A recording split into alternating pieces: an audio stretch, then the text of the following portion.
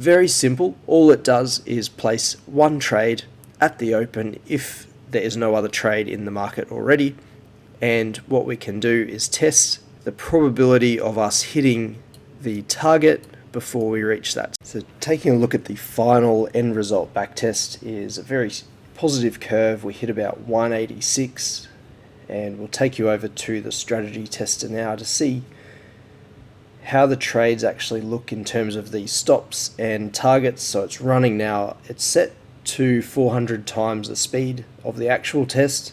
So if you want to take a closer and slower look, you can just jump over to the slow timer on the YouTube, but I don't want to bore you with something that's not really that interesting. It's just to get a feel for, I guess, the distance on the chart for the targets and the stops.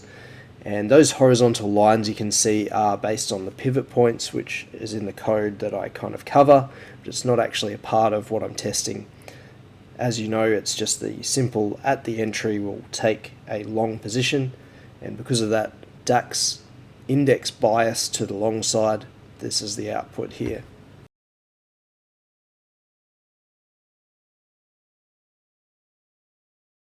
Okay, so we've got the code here, and it's the index buy at open.mq5. We've got some of the properties and that kind of thing up the top, just commented section here, which you don't really need. You can get rid of that, I believe. We've got the include, basically including the trade library, and we call it C-trade or trade as we go down through the code later on. So that allows us to access, I believe, the trade library through the MQH files.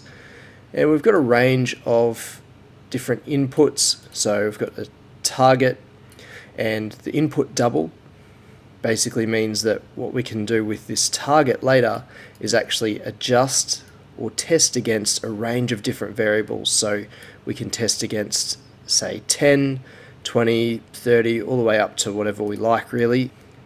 We can also, at the same time, through an optimization, test against the stops, which is an input double down here as well. We've got a bunch of info such as the lots, symbol max and min for the lot sizing. What we've actually done is just put a static lot size down later, which I'll show you soon. We've got a whole range of other variables which I'm not going to go into, but you can see them here if you want to have a look. You call the bid and the ask, all the different pivot points, which we don't actually use here, but I've got the code just sitting there because I've copied it over from a previous expert advisor. So you've got all your inputs and your ints and your doubles. You're basically calling the variable up top, and then you go down into the initialization. I've got the Bollinger and the moving average, and once that's initialized, that'll return init succeeded, and it's running. I don't have any deinitialization code here, and then we get down into the meat of the code, so the on-tick function. We've got some time details here, such as day of month, weekday, hour and minute. So we do use the hour and minute in this one in particular, and sometimes I will use the weekday to filter out, say, a particular day, which maybe is a Monday or a Friday, for example, depending on the results of the tests. We've got some date time information here. We've got some code that basically tells us whether we've got a trade in the market or not, which relates to a global variable, which is right down the bottom. This sets the levels. So at the start of a day, we want to count back 9 candles to try and get the highest and lowest point, as well as the close, which is 9 candles back from the 4-hour candle of today.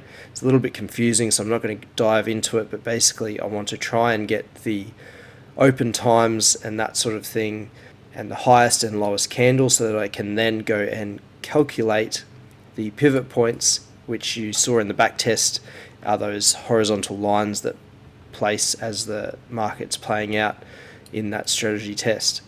And then we actually go and create all of the objects.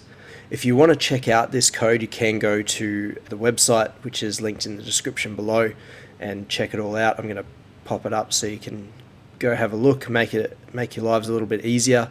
I've got some moving averages here too.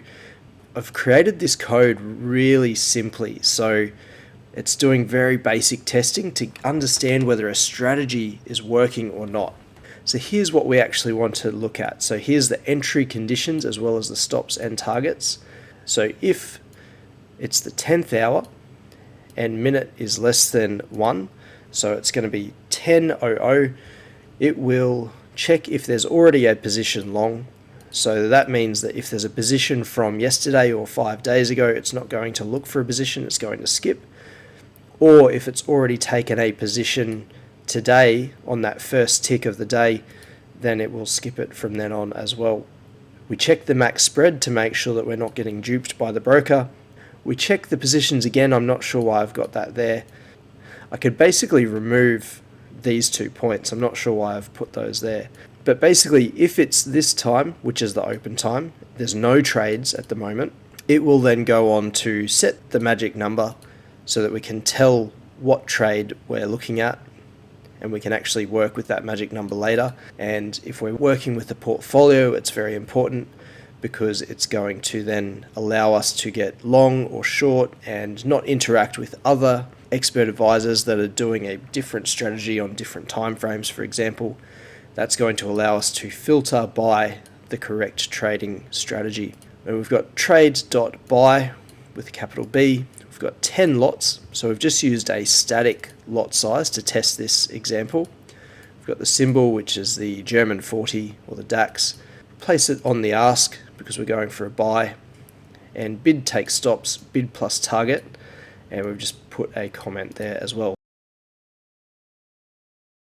So to run the optimization and let the computer do the work on what the best target versus stops ratios and everything will be, is just set it to either fast genetic or slow complete.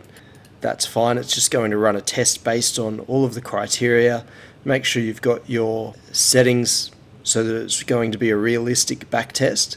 We go over to inputs, we tick stops and targets, and we can run from 20 pips all the way up to say 400. We can do a lot more if we want to, and we can adjust the step that we want to take, but 20 pips on the DAX is fairly standard. So when I hit start, it's going to run a big test, and we'll have a look at what the output is. I've got here the output from the optimization. I've put it into an Excel spreadsheet, and we've got the profit figure here. We've got the equity drawdown, the number of trades, which is important. We don't want any tests that are too low or perhaps too high, because that could signify that the stops and targets are too close together perhaps, but not always. It's just an important thing to take note of. We can see here the total return. The best one is a risk reward of 1.4, 85% total. We've just checked the drawdown. It's about 14.62 versus 12.86 up here. So it's just about working out what ratio you prefer. If you like the 2-to-1 risk reward ratio, it's got a low drawdown and pretty good return. So it says 14% return over the period, which was a test period of 5 years.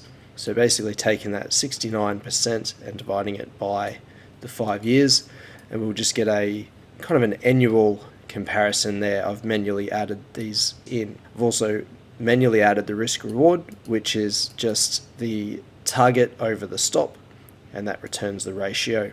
So we've got here the different variables of the target that have been tested against the different variables of the stops, and basically we've let the computer tell us what the best outcomes are based on the target and stop variables without having to manually test each scenario.